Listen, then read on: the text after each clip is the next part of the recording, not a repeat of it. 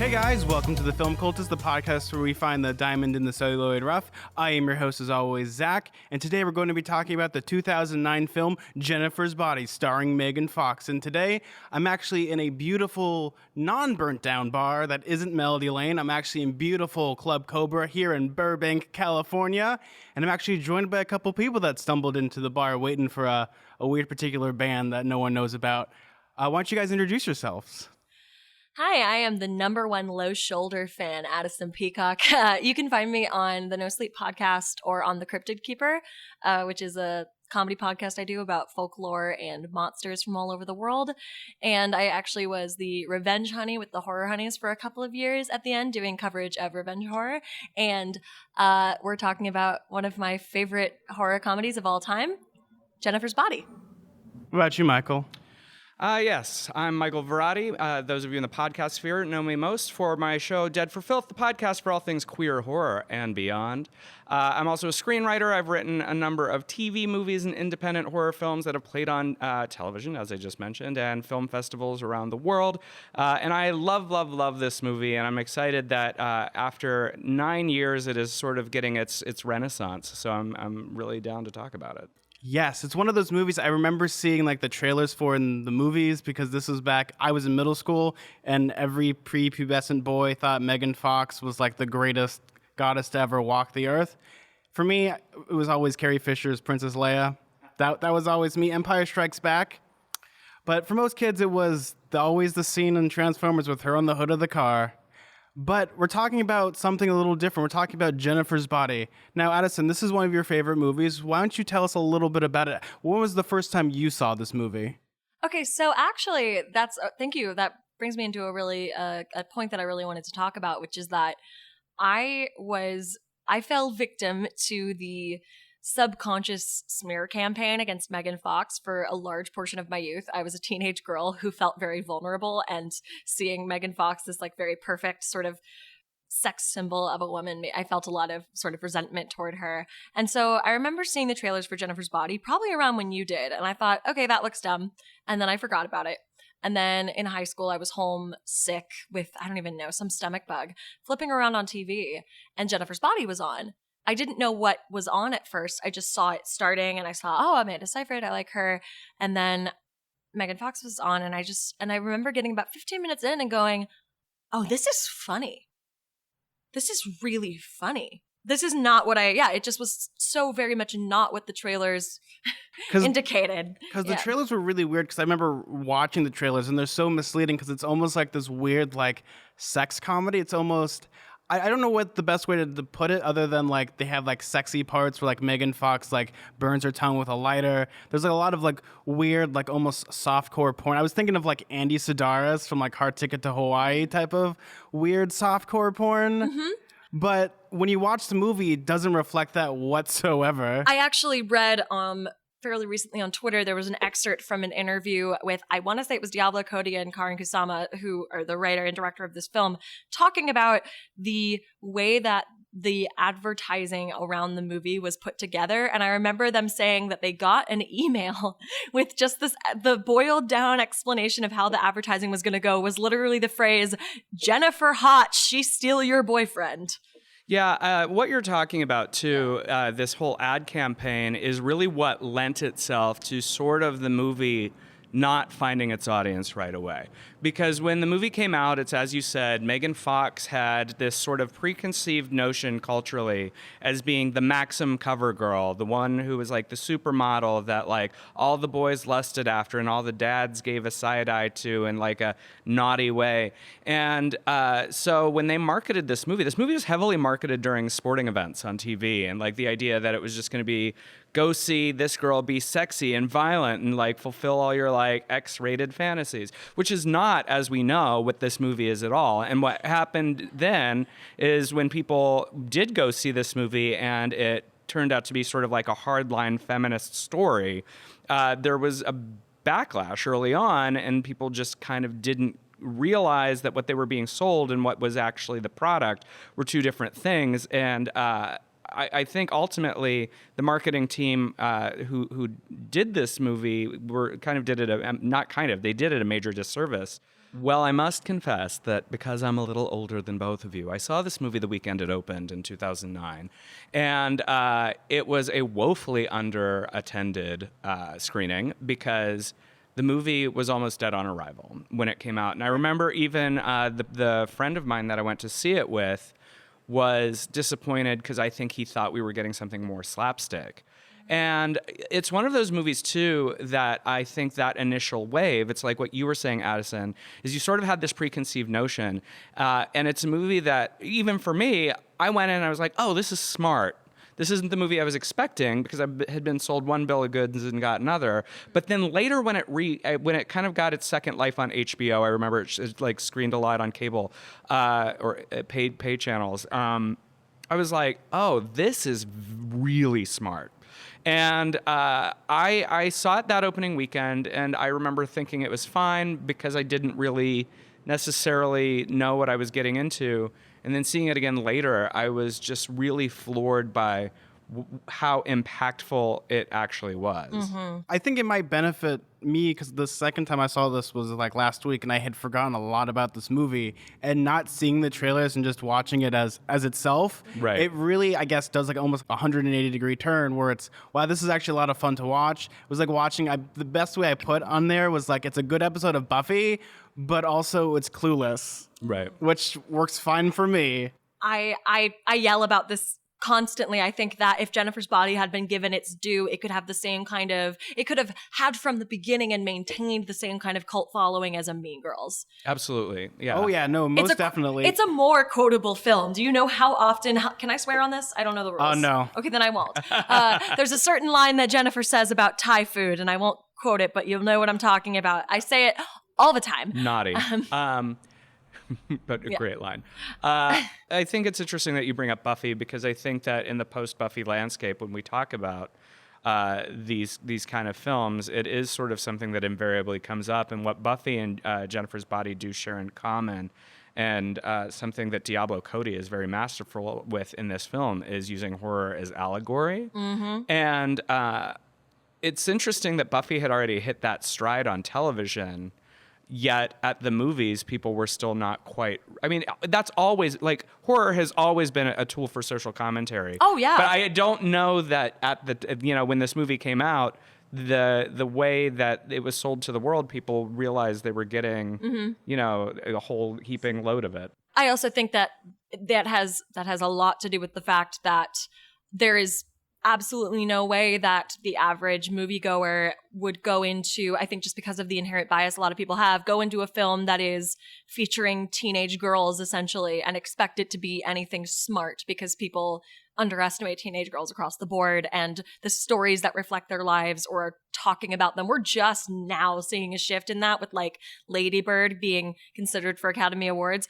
But like previously there's been this idea that stories featuring teenage girls don't have real like weight and they can't have a depth or a meaning. And obviously there are people who know better, but I think mainstream film criticism and the way that we talk about film has really ignored it for a long time. I think there's also like this weird stigma when it comes to like marketing movies, like a lot of like female-led horror movies, like The Craft, or a lot of movies like even like I Know What You Did Last Summer. You automatically think, oh, this is going to be about witches and like weird. Again, it's like the weird '90s perception of everything needs to be like super sexy. When in reality, this movie, it does the exact opposite. Like it takes the whole sexiness and like.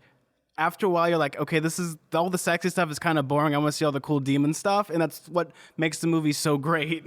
The disparity or like the difference between the marketing and the movie itself, I was just thinking it reminds me a lot of like the marketing not only being inaccurate, but completely like being the opposite of the point of the film. Reminds me of how when The Hunger Games came out, you have a narrative in The Hunger Games about this love triangle being used to distract people from the atrocities that the government is committing, and all of the marketing around The Hunger Games became, which boy will Katniss choose? Well, that was also like a weird stigma. I can talk about this, is that when it comes to like a lot of like young adult books, they always need to have that weird type of love triangle thing, especially after Twilight. You needed to have, I'm Team Jacob, I'm Team Edward, I'm Team Peeta, I'm Team Katniss, and after a while it's just like, in the end of the day, like they're just kids, and you don't need to have like a story where it's just a bunch of people making out with each other, which this movie isn't that at all. Yeah.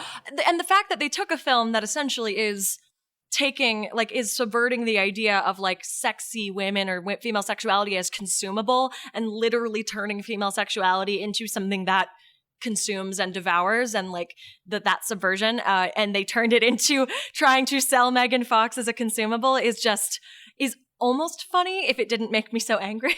The irony of it all is that when you actually then apply that logic to what goes on in the film, and especially when you think about the goals of Low Shoulder, and they kind of just... Low Shoulder as a band and an entity, they're the real villains of this movie. Oh, yeah. Regardless of the demon that comes later, the idea that they are so desperate for the acclaim, and they don't want to work in coffee shops anymore. Yeah, and it's representative of this toxic masculinity and this idea that Jennifer is merely just an object to get them from point A to point B. So the fact that message is in the movie and the inherent evil about it, that then it was sort of exactly how they ran the ad campaign, is insane. When you think about like it's a marketing that doesn't even understand the product that it has. Yes, exactly. How did you miss the point that hard? Well, there's a lot of movies that miss the point that hard. There's like Alien 3. The poster was pretty much we're going to Earth, and you never get to Earth. Sometimes when it comes to like a lot of movie marketing, good example of this is Canon Films. They would make their posters first, and pretty much what they would do is, okay, make a movie, but they have to have things in the poster, and that happened a lot of the time. So you see like this really cool poster, then you see the movie, and it's like, what the heck did I just watch? This is weird and gross and dumb. I don't always mind weird and gross and dumb, No, but it's got to be done in the right way. There's a place for it. Yeah. Oh, I've seen plenty of Canon movies, like all the Death Wish movies. Ooh. Yeah, Canon did do Death Wish. Oh, they did. That's 1 to 4. I think though there's a fifth one. There I'm are sorry. 4. There are 5? Yeah, Okay. there's 5. Charles Bronson, the third one, gets Browning and starts shooting punks. It's great. I'm a fan of 10 to Midnight myself. Fair. I was going to say also, you were talking about, Michael, you were talking about revisiting the movie years later and how it landed differently, even though you initially liked it. I was thinking about, I saw the movie for the first time, I mentioned, on TV just when I was in high school. And that was when I first realized, oh, they did not market this as what it is. And then that was when I found out that it was written by Diablo Cody, and I realized for a brief period of time, it was like not cool to like Juno anymore. But Juno's still one of my favorite movies, and I won't hear a word against it. But I rewatched Jennifer's Body about 2 years ago, and that was when it became one of my favorite movies. And I think this is just a time I really want to talk about one of the most important aspects of it to me, which is when I revisited it, it was after I had sort of come to terms with my sexuality, and I had come out. I am a bisexual woman, and Megan Fox is also a bisexual woman. And I watched Jennifer's Body for the first time through this queer female lens, and I noticed something. That was another disparity in the marketing. In the marketing, they showed the kiss between Amanda Seyfried and, I can never say her name right, Amanda Seyfried, and Megan Fox. And they hit it in this way that was like, ooh, look, boys, 2 girls are kissing. Isn't that sexy for the boys? And then when you watch the film, and I've written about this and I don't want to go on a rant and talk over you guys and talk too long, but I really resent anyone who reads that moment as catering to a male gaze. No, absolutely. No, it's not that at all. It's the exact opposite of that. It is, because they've done something very deliberate. Amanda Seyfried in that movie, she's a beautiful girl. Do not get me wrong. I'm not saying anything about Amanda Seyfried not being a beautiful girl, but they have deliberately desexualized Needy in a way that I really think should be acknowledged. She has no makeup. She has those little wire-rimmed glasses. She has frizzy hair. They have her in like big sweaters and like t-shirts and like just like very kind of desexualized, dressed down. She's a nerd. And so the fantasy is not, don't you want to be a boy watching these 2 hot girls make out? The fantasy is, don't you want to be a nerdy girl who gets to kiss Megan Fox? Yeah, and that's one of the great parts of the movie, especially with that scene. We'll probably get into the story a little bit soon. But when it comes to that scene, you watch it and you realize, for most part, it is not even like a horror movie. It's like at that point, it's just like, oh, it's a nice romance between a girl that really loves her friend and a terrible person that it's Megan Fox who may or may not have a demon inside of her. Well, I think often, too, when we talk about the intersection of horror and queer identity, it often comes down to this idea of otherness. And in this case, I mean, obviously the idea of demons and supernatural things speak to an otherness, but the actual other in this movie is Needy herself. Yes. And when you look at the idea presented here, Needy, kind of like Laurie Strode in the original Halloween, is somebody who is part of the world, but is a little bit outside of the world looking in. She has the popular sexual friend who presents all the things that she wishes she could have. So from Needy's lens, Jennifer literally represents her own desire. Exactly. And so when you put the queer lens on that, it just amps it up. The idea that she is drawn to Jennifer because Jennifer is the embodiment of her desires, whatever those may be. And that is not for the boys. That's for her. Well, yeah, and it makes sense because didn't Diablo Cody do the United States of Terra, which is kind of Yes. like Yes, like almost like Jennifer's body in the sense of how all of her different personalities have different confidences, and throughout the series, they kind of morph and adapt into each other. Yes. Yeah. Absolutely. And also I think you're right. Like it matters too that the movie is set up with a frame narrative. Like We already know how it ends. Yes, and also it matters that because of that frame narrative, it is very explicit about who our POV character is. Our POV character is not Jennifer. Our POV character is Needy. Yeah. She is our window into the world, and she is the person we're supposed to be in the shoes of, and she is that other. And also like it maybe I do like read into, again, as a queer woman, I do put my own subtext on a lot of media that I consume, but if you don't read the interactions in that film as Needy, the kind of female friendship where you are like, and I had this in high school too, you have a friend who of course is your friend and you love her, but you're also like, I want to be with her all the time and I want to know what she's doing all the time and I want to smell her hair and like hold her hand, and there is a romantic quality to the friendship. And they make that perfectly clear throughout this movie too, because instead of like, even like Jennifer, like when she's the demon, she's really jealous of her friend's boyfriend. Oh God, yes. And it gets to the point of where it's like, wait, why hasn't she like disemboweled her yet? And like, oh, it makes sense. She's friends with her and she secretly loves her. Because she loves her. Yeah. Well, and I also too even think in the presentation of the boys in the film, while there are some very strong performances by the boys in the movie, those characters in their way are almost non-characters. Oh, yeah. And I love that because this movie really is about the relationship between Jennifer and Needy. And yes, the boyfriend of Needy is like the air quotes nice guy. Like we like him. He's fine. But he's got a bowl haircut and I was laughing the It's entire time. young Neil from Scott Pilgrim. But Yes, he's it is. also like the boy who like, oh, am I dating him because I'm supposed to be dating him or X, Well, I Y, mean, Z? his name's actually like Chip. It's like some Yeah, like it's something like all-American that. name. It's the guy that not to keep bringing it back to this, but like it's the guy that you date because he's like nice and he's safe, and you like don't know yet that you're allowed to instead maybe have sex with girls. Right. Oh yeah, and especially in this movie, like when they're having their like sex scene, it's like, oh, am I hurting you? It's like one of the most awkward things, like watching like teens have sex. Like, Right. wow, this is actually kind of accurate to like how teens have sex. The most passionate kiss in that entire film is Jennifer and Needy. Well, yeah, And oh, sorry, I'm bringing it back to this debate because I see, and I'm not going to tell women that they have a bad interpretation of the film. I'm not going to tell you that you're wrong, but I have had conversations with women that read that scene as, say, like equivocating like bisexuality or female queerness with like evil, because that does happen a lot. You have like bi villains, and that is something I'm not going to gloss over, but I think it's very important to acknowledge that Jennifer is the initiator, but she is not the only active participant in that scene. Right. She doesn't kiss Needy and then Needy push her away and be like, ew, gross. She is down. Well, even beyond the relationship, this movie is a queer movie in the way that it is curated from top to bottom with queer allegory, queer subtext, queer overt text. Oh, yeah. And also people who in the queer space are icons. You don't cast Amy Sedaris as a prominent character in a movie with this kind of storyline and say, oh, it's not a queer movie. Oh, yeah. Well, no, especially when it comes to, like, if you just think of the town of Devil's Kettle, it's a small town in pretty much, Minnesota. I think there's like a newspaper Midwest. article. It's like I don't remember. it's Midwest, but pretty much it's the exact same thing of like feeling isolated and alienated in a very small town. Oh, yeah. Was it the population of, was it like less than 5,000? Very small. And also Megan Fox playing your lead is an out bisexual woman and has been for a long time. Yeah.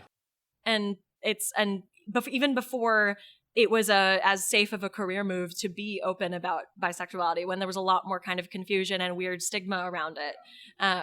So no, you're right. You don't populate your world with these people if that is not the world you're trying to build. Especially like setting it pretty much in 2008, pretty like the way I put it is like the emo revolution. This is still like, oh man, there's like Linkin Park, Fall Out Boy, and yeah. emo kids everywhere. Oh, and Low Shoulder. Low Shoulder, I yeah. think I said, for context for listeners, in October, in conjunction with Outfest, which is a very large LGBTQIA film festival, I hosted a screening of Jennifer's Body for their Halloween event. And one of the things that I said then, and I will say now, is that the real evil is white boy rock.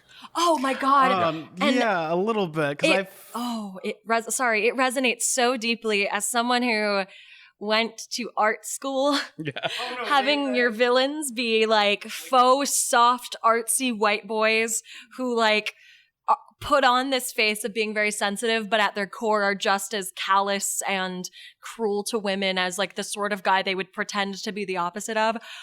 Ooh, does that strike a nerve? For me, I was like getting war flashbacks because I always say this on my other show, I was the president of the anime club, and that type of person exists pretty much in any group you can find. And the way they represent this movie, first when you watch it, like, oh man, this guy is the devil. And then you watch it more and it's like, no, this guy is literally the devil. It's like the way he moves and how they want to become famous. And but he's also every guy you've ever met on an open mic who tries to explain films to you. Or philosophy. Mm-hmm. Oh, I know. I used to date a philosophy major who wrote poetry. Sorry. Oh, he didn't sacrifice in the woods, did he? He didn't. It would have been great, though, if I could have gotten some powers. Can I talk about something else that I really love about this movie? Sure. And this is something I've written about before. I wrote a piece for the Horror Honeys print magazine, Belladonna, a couple of years ago about this and about the feminist reading of Jennifer's Body. But you mentioned the sacrifice, and I wanted to bring up the subversion of this kind of Madonna horror kind of complex, this subversion of virginity. And the fact that Jennifer is not a virgin that saves her life. Right. She essentially, I like to rehash the moment, the band is preparing to sacrifice a virgin to receive this demonic power and give them fame and fortune and success. And essentially what goes wrong is Jennifer is not a virgin. And they're idiots because everyone keeps telling her that she's not a virgin. And she said she was because she's just, she's lying. Doing her thing. Yeah. She's not even a backdoor virgin, as they say in the movie. They say that, yeah. And she's not a virgin. And because of that, the ritual goes wrong. And instead of her dying, she's imbued with this immense demonic power. And I think that is fascinating because, yeah, it is truly the fact that she is not a virgin that saves her and allows her to kind of seek revenge on this whole system. It speaks to two very divergent discussions, right? It talks about how culturally we try and place this dominion over women and this idea of virtue and maidenhead and blah, blah, blah. That's like a cultural, since the beginning of time, bullshit thing. And then also because this is a horror movie and coming out of the era of the 80s where if you have sex, things go wrong. Yes. And if you don't have sex, you're the final girl. Yeah. It's the opposite. No, this entire movie, there's no Scream Queen and there's no final girl, which you would think the whole movie like this essentially is the exact opposite of everything we've learned. Needy sort of is the final girl of right. the movie. But then the fact that there's only really, when it comes to it, there's only two girls, and both of them you could pretty much say at the end of that movie are the final girls. Right. I mean Jennifer's gone. But Needy, the fact that she ends the film as kind of the film's version of the final girl, and her last decision is to go avenge Jennifer's memory and take down Low Shoulder, and also she's kind of accumulated this power from her, and it sticks with me in a way that makes me very happy. We're living in a post-Scream world, people. The final girl can have sex. Women in horror movies are allowed to have sex now. And you're right, it's this very deliberate subversion. Well, and I think too, though, and I will go on a brief aside about this because this is something that I've talked about on my show and in papers before as well. The idea of the virginal Carrick final girl and the idea that if you have sex, you die is sort of a misnomer that has been culturally like woven in because of Scream. But if you even go back to, before we went on the air, we were briefly talking about Friday the 13th. Alice in the original Friday the 13th not only has sexual autonomy, she has sex in the movie and still actually, saves the day, defeats Mrs. Voorhees, XYZ. What we more so talk about is this idea that that narrative tries to control sexuality, not necessarily the act of sex. And what obviously the pivot to if you have sex, you die, that it happened at the height of the 80s during the height of the AIDS crisis and the Reagan administration is not a mistake. Oh, no. And No, so the not at fact that shift happened is very much tied to the time. And I think that we have now since tried to put the onus back on women, like, oh, if you have sex, you die, when that was not always the case. It was more so a cultural, neutering of teenagers in general. That's more like that was like a Gen X thing, like in the 70s. Like in the 70s and stuff, it's all free love and stuff, and then AIDS happened, and pretty much it's like if you're going to have sex, you are going to die. And especially when it comes to horror movies, you have the sex part because dudes like that stuff, and then you have the killing part, which dudes also like. So you have you see, it's like the weird what is it? I don't remember which Friday the 13th it is, but it's like you need to have both sex. Mm-hmm. And you have to have a body kill within 8 minutes of a part or something. I think that was 5. In Jennifer's body, the sex part is the killing part. Oh, folks. Yeah, no, and you get to it, and it's so great. And I don't think that's a mistake. Oh, it's not a mistake. No, it is not at all a mistake, and it leans into one of my favorite, and it's not super common, but it is a favorite horror convention of mine when I can find it, and that is women eating men. Yeah. And I live for it. It happens in only a few movies. You must love Teeth. But it's not the same. That's my other thing. Teeth is not quite the same. I love Teeth, and it's very satisfying. And yes, I did rewatch Teeth after a certain well-known predator was confirmed to the Supreme Court. But Teeth doesn't quite scratch that itch for me because I really need the idea to be on the consumption. Because there's a very specific, this is why I love the film Raw. There's a very specific subversion that I find extremely powerful and extremely cathartic. And that is in so many ways, in particularly American culture, women are consumables.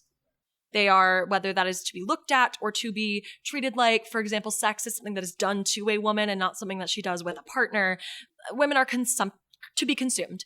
And so when you turn that on its head and you make the woman the consumer and the predator and the aggressor, that is accomplishing something that I find it is, I'm sorry to say, on a primal level, it is so satisfying to watch. Well, yeah, especially when it comes to, I think in Japanese culture, you eat someone's heart to gain their power pretty much.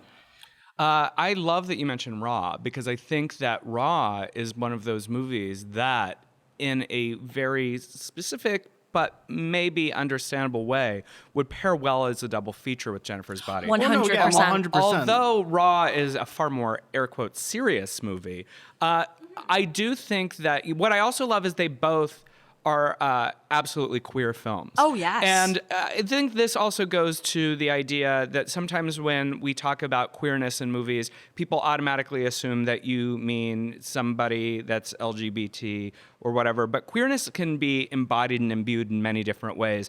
And the idea that women take sexual agency, the fact that that still reads as queer to mainstream really tells you everything about the mainstream and how we handle and view these things. And I'm fascinated by that. And there's a lot to unpack there. I'm so happy to talk about Raw. I actually just wrote a piece that's going to be coming out on Film and Fishnets next month about New French Extremity and the subversion of the male gaze, like the deliberate pairing of female sexuality and female nudity with like disgusting imagery and violence to kind of introduce these things that are normally sexualized and packaged for consumption and then go, no, you don't.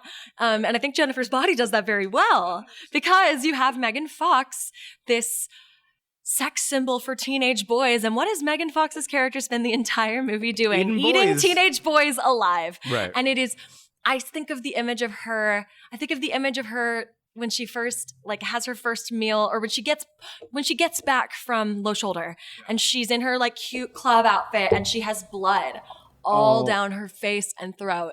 And I think about that shot of her all the time. I think about the shot when she's like has the blood on her, but she's smiling. Ugh. That's a wallpaper. That's like a work of art. That single frame. Oof. It's just, and it's that pairing. It's that pairing of imagery. It reminds me of the scene in Raw where she loses her virginity, and the last shot of that scene is her looking at herself in the mirror, biting down on her own arm and like blood trickling out of the corners of her mouth.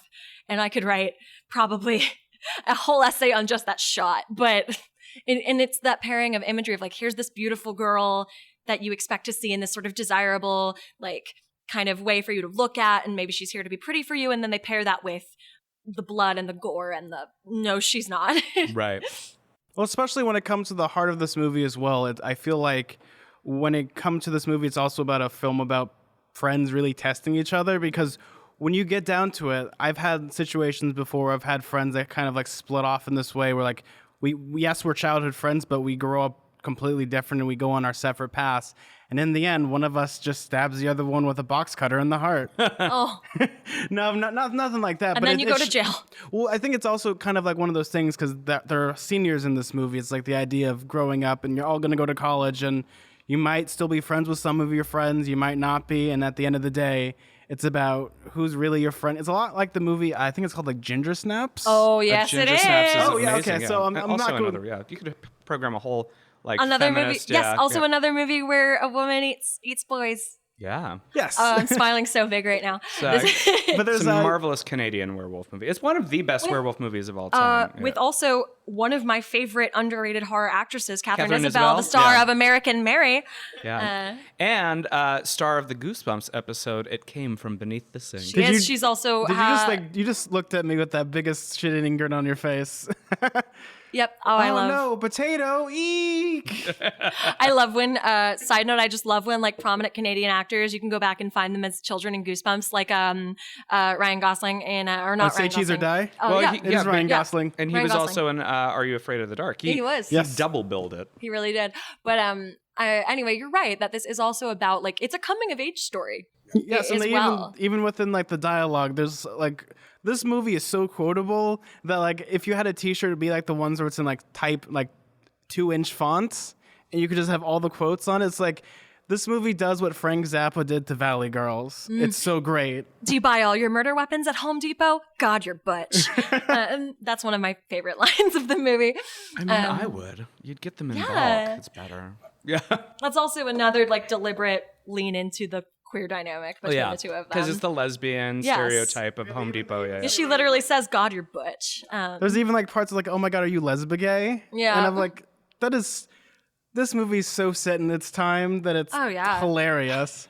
And it does remind me of, and I think a lot of other queer women can talk about this, but when you're in high school and you haven't really necessarily come into your sexuality yet or acknowledged your sexuality yet, you have these very weird, you become, at least a lot of us are the needy to a Jennifer. I definitely had a friend in high school that I was obsessed with in like a maybe unhealthy way because I didn't know how to separate out the like romantic and sexual feelings from the friendship and understand what those were. So it instead just became like, this is the person I want to be around all the time and I want to know everything she's doing and I want to be just like her and I want to like... Right. And that's a unique thing, especially with this movie, because you watch this movie and they never really spend time apart. When they spend time apart is when like the action and the shit gets done in this movie. Like when Jennifer's like eating boys, she's not with Needy, and when Needy's doing her thing, she's like, oh, I'm in the occult section at my local library. It's very small, which I want to know what high school has an occult section. No, I was going to That's say, great. growing up in the late 90s and early 2000s, you were led to believe that every local library had an extensive back catalog on how to kill demons. Yeah. Yeah. Because Where is Giles? Yeah, you know what? Where is Giles? That, like, honestly, the dad of a generation. I love him. Yeah, he's actually one of the few very positive father figures in horror. He is. And some could say the daddy of a generation. I'm sorry. But Not mad. No, Anthony Storthead, we love you. revisiting Buffy as an adult woman is a different experience because your crushes, they change. It's like fine wine and ages, and it's great. Oh my God, though, between Jennifer's Body and Buffy the Vampire Slayer as as being formative things, my God, did I develop a very specific obsession with like mean, beautiful brunette women. Wait, who's your Buffy crush then? Faith. Sure, totally makes sense. And I think I just did a panel of the queerness of Buffy at WhedonCon last weekend. And I mentioned this because I thought this was true. And they said that my fellow panelists were like, if that's true, it was never like explicitly stated. But I always thought that it was like canonical that Faith was bisexual. They don't ever say it, but actually it was meant to be. Do you know in one of the episodes where Faith is really close to Buffy and then she kisses her on the forehead? Yeah. That was supposed to be a kiss on the lips and it got axed. I also think that, I know we're going like into a hard it's okay. detour. I also think that there would have been a world had the show continued that instead of post-Tara Willow getting with Kennedy, I feel like I can almost see the writers being like, what if Willow goes to LA and brings back Faith and that's the new relationship? I would and I was love just like, that. and I've been thinking about that for almost 15 years now. So. Well, I mean, okay, talk about a needy and Jennifer dynamic. Yeah. Like that's another like wallflower nerd, like outsider meets beautiful, dangerous, like sex pot. Yes, absolutely. So that takes us back to Jennifer's Body because it's the same kind of pairing. It's perfect. And Well, by the way, because of Jennifer's Body, that kind of pairing in media is catnip to me. I get very excited. Looking for my Jennifer. If you're listening, if you're out there, you can find me on Twitter. All right. just don't bring college rock to the party. No, God, well, never. especially like college rock, where everyone just looks like they either work at Urban Outfitters or any coffee shop. The second you see that, I'm walking out of the building because I've gone to many a show where they're like, "Hey, you want to buy my MP3 files?" I'm like, "No, thank you. I am gonna go." You know what, though? Let's talk about, because, you know, obviously it goes without saying, the magnificence of Megan Fox's performance and Amanda Seyfried. They're both on all cylinders delivering the characters they're supposed to. But one of the people that rarely, I think, gets his due in his performance in this movie is Adam Brody literally understands a cult cinema performance, and he's reveling in sort of the deliciousness Yes! of this white boy monster rock. Oh my God. There's like great parts in this movie. Like he doesn't even care what the name of the town is, and he even says it on the radio. He's just like, "Oh yeah, Devil's Lake." Like in the scene that he's introduced in when he's on the stage doing the show, you're right. He is chewing the scenery up in a way that I think gets lost because Megan is giving this like huge, delicious, like insane performance. And it is worth noting, like you see it on the rewatch when he's like when they take her out to like sacrifice her, and he gives like his villain speech, and like it is. You're right. It is fun to watch him be a monster. It's an interesting thing when you have movies where you have someone that's the cult leader. Normally, they're either like over the top, like to the point of like they're strapping the lovely lady down and gonna just stab her, or you have like the weird Charles Manson thing where he gets his followers. Here, this guy, he like pretty much does it himself. He even pretty much does like the little finger thing of like, you shouldn't have trusted me. Why did you get into my van? Even though for some reason you're hypnotized, but they never really, I guess she's just bestowed upon them for not saving them. I think what's also interesting that's probably lost to the moment in time that this movie was made, because smartly Diablo Cody didn't necessarily weave this into the film, so it wasn't dated.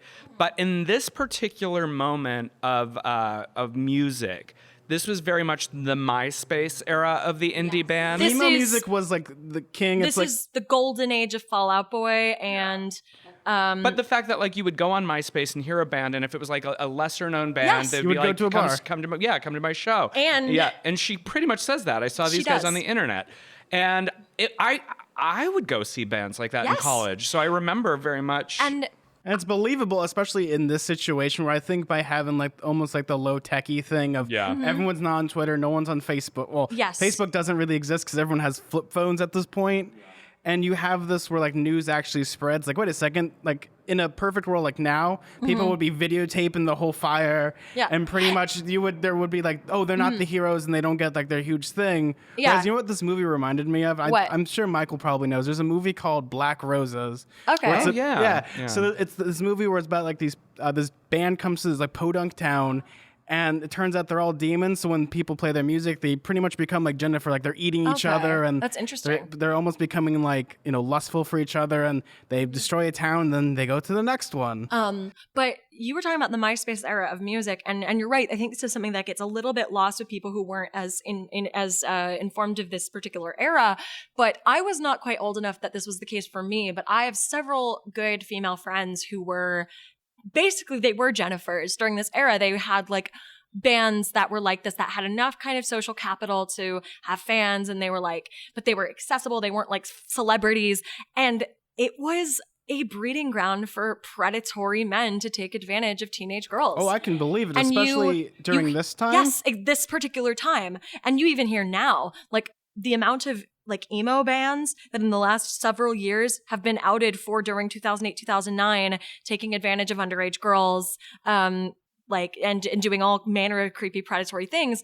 That was kind of the dark underbelly of that scene. And I'm sure that Diablo Cody knows this.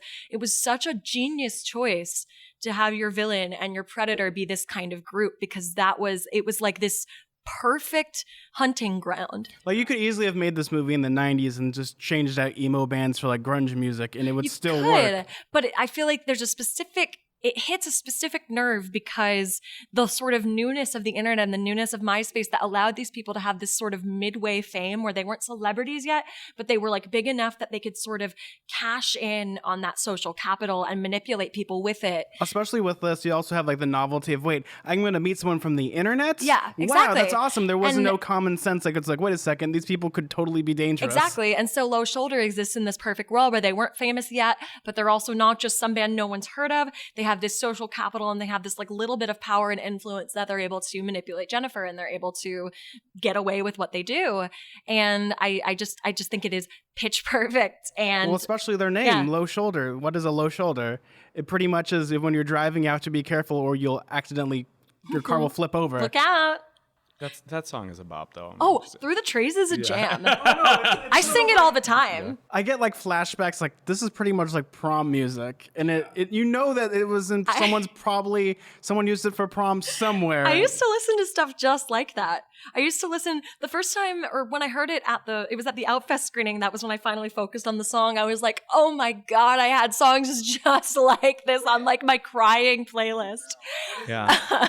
No, it's true. It speaks to a moment in time. And I think the truth is that Diablo Cody, coming from a punk scene, this is all very informed by people she was encountering and things that she was seeing. And what I have always loved about her as a writer and just a presence is the fact that she has always pulled from the things that maybe to the outside world would make her seem edgy and cool and say, but wait. But she's coming from a place of honesty. Let's look at this and see what the issues are. Let's pull it apart. Yeah, and she's very great at that. And it's interesting that you bring up Black Rose, because one thing that does not get discussed enough about Diablo Cody is that she is a very deeply invested fan of genre cinema. Oh yeah, no, especially in this movie where I was like looking at the set decorations and there's like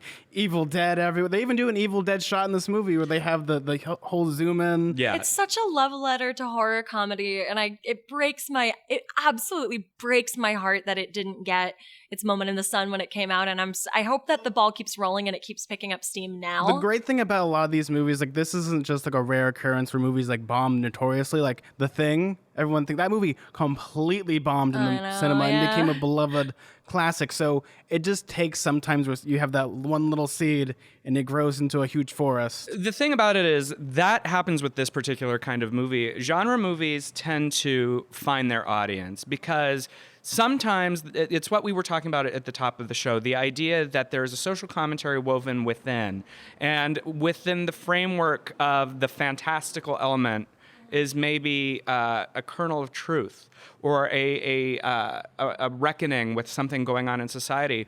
And sometimes when the movie comes out, the world's not ready to quite tackle that or see it yet. Yes. And it grows. And John Waters has famously said, when it comes to these kind of movies, if it doesn't get its audience today, wait.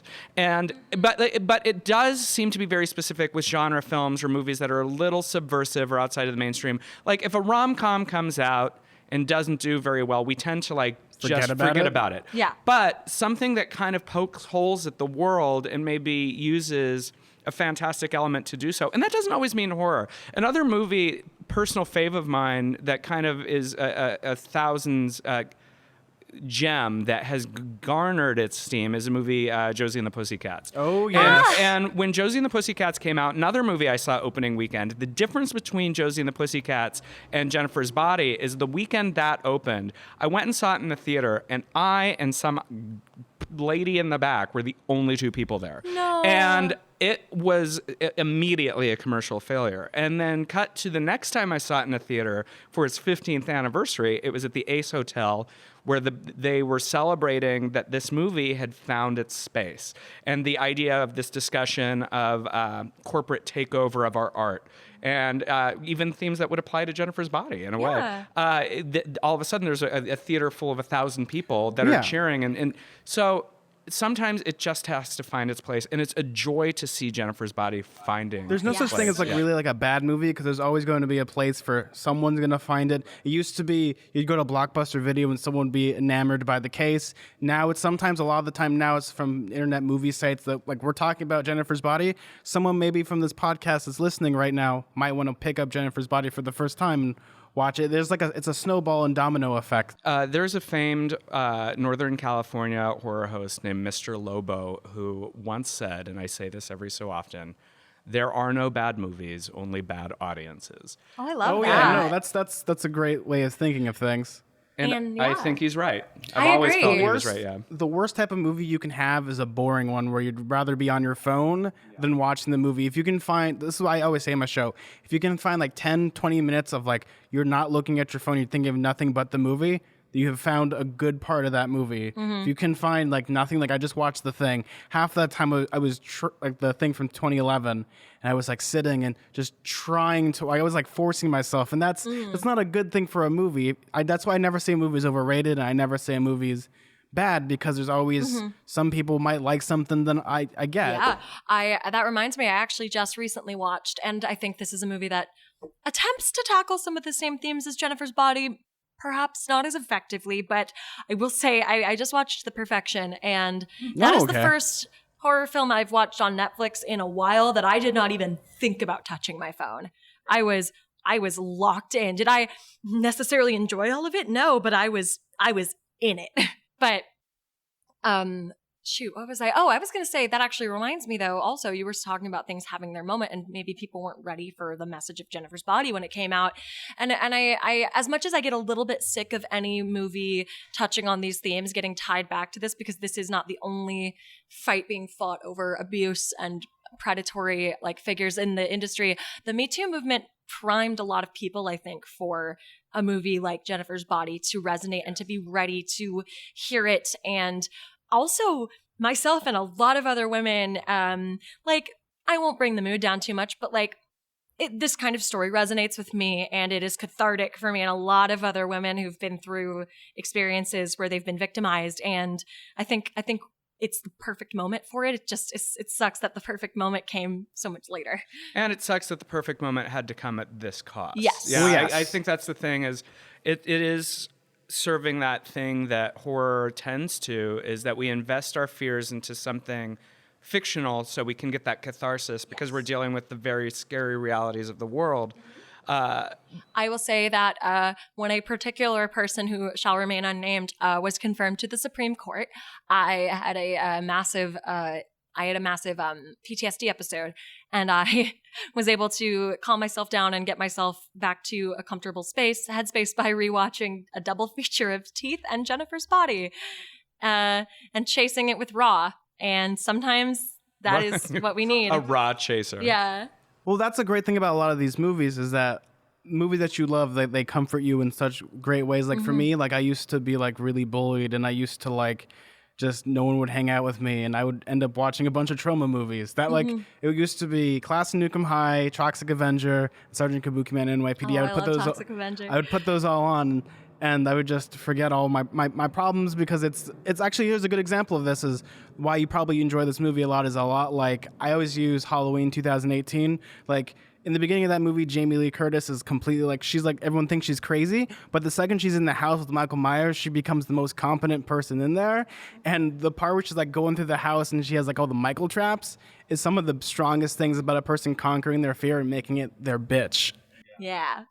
And also just, I love the ending of Jennifer's Body. Spoilers if you haven't seen it, but knowing that like, even though Jennifer did not make it out of the events of the film alive, that Needy has broken free and is about to go just like wreck Low Shoulder. Oh, for their last show. Yeah, feels. Oh, it's good. Well, it's what I need. I wish Lance Henriksen would pick me up. Oh no, Lance Hendrickson, like, let's just talk about for a minute all the interesting people that are in this movie that are like high by, like co-guests. Amy! Almost. Yeah, Amy Sedaris, Chris Pratt, Cynthia, oh God, I'm going to mess up. It's Cynthia Dixon, right? Dixon, an Academy Award-winning J.K. Simmons as an English teacher with a hook for a hand. Yeah. But I love Amy Sedaris. I get so excited whenever she's in anything at all. Right. And there's a lot of like in and this. she plays a surprisingly muted character in this for Amy Sedaris. To be fair, this was like a little bit earlier into her journey. But Strangers with Candy had already happened. Oh, you're right. So, yeah. But to be fair, there was like a period around the like early mid 2000s where she was in mainstream movies playing pretty muted characters, because she was also the assistant in Elf. Which and right, she was on Sex and the City as like I'm sure they were SJP's agent. Yeah. I'm sure they were like just friends. Okay, you want to come on my movie for a second, just have a cameo. Like I feel like that's some of the movie, except for like maybe like Chris Pratt, because that's a time where he was like really no one really struggling. knew who he was yet. Yeah, he was like I think still homeless at the time, because this is before Parks and Rec. Yeah. He was. It was like the very tip top of his career. Because he had done the year prior, he did Wanted. He was the guy that gets his face bashed in with the keyboard. Oh, I forgot that movie existed. Oh yeah, no, that's the part where James McAvoy hits him in the face and it says "F you" on the keyboard. Right. Well, we're talking about stars. I think also we can't talk about this movie being underappreciated without talking about how like we as a culture did Megan Fox so unbelievably dirty. So unbelievable. Yeah, and the problem, I think that might also be attested to like Michael Bay, because he made all these like terrible movies. Like all the Transformers movies are just. Michael Bay also deliberately tried to ruin her career. I do with, like, think that Jonah if Hex? this movie had done well commercially when it came out, she would have had a different trajectory. It would have Well, saved. no, she wouldn't have done Jonah Hex and Teenage Mutant Ninja Turtles. I think that some people woke up to this when she did an arc on New Girl, but I think one of the biggest.